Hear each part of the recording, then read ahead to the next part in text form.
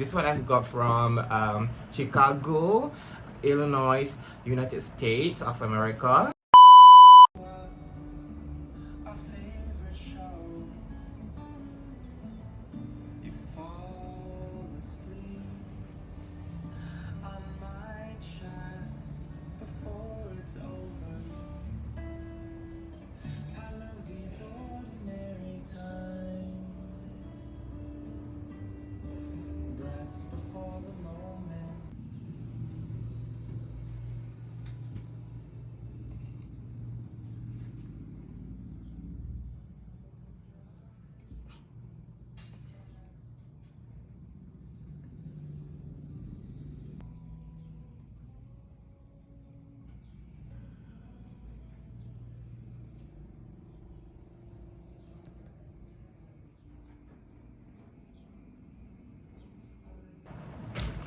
So yes, that was my small tiny collections.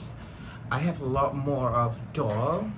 Tapi kalau you nak tengok my all collections, I have Blythe, Pulips, Isu. I have a lot of doll lines in different brand. But the one that I show you just now adalah yang Barbie punya, Barbie line lah.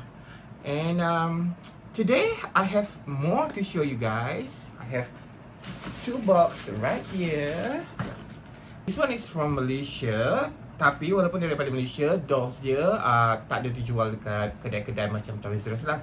And this one is from Amazon. If you can see, Amazon Prime. This one I've got from Chicago, Illinois, United States of America. So which one you guys want to see first? This one or this one? Okay, we saved the best for last. Kita buka yang dulu ya. This one is from Malaysia. I hope you can see me guys because I'm using the back camera. I can't see myself. Ta-da! So jom kita buka without further ado. Ta-da! Ta-da! So this one is Barbie looks. The one that I've got is number 21. This one. I dapat yang 21. No, I beli yang 21. So here she is. I suka doll color gelap macam ni because it's very hard to find in Malaysia. So macam dia rare sikit lah. Guys, you can see. Don't worry, I'm going to do a close-up later. So this Barbie look 2024. Mini this year lah. Put it aside. Now, first unboxing is begin. This one is from Chicago, Illinois, United States of America. Walaupun daripada US, tapi dia punya packaging tak rosak langsung. So, this is the receipt, Amazon. Are you guys ready to see the doll? This is also Barbie looks 2024 but Ken. Ta-da! Avanzado! So this is the second one. So I've got the dolls number 25. So I've got both of them because this are my favorite. I suka yang ni je. Yang lain tu maybe I takkan beli kot. Kalau you tengok kat belakang ni, okay, ini adalah dia punya line untuk tahun ni lah. But I pilih yang ni je. I mostly collect can.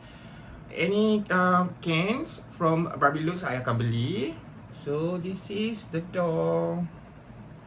Ini dia close up dia. Takut you all tak nampak tadi kan. So this is the doll. Oh my god, so dusty. I'm sorry.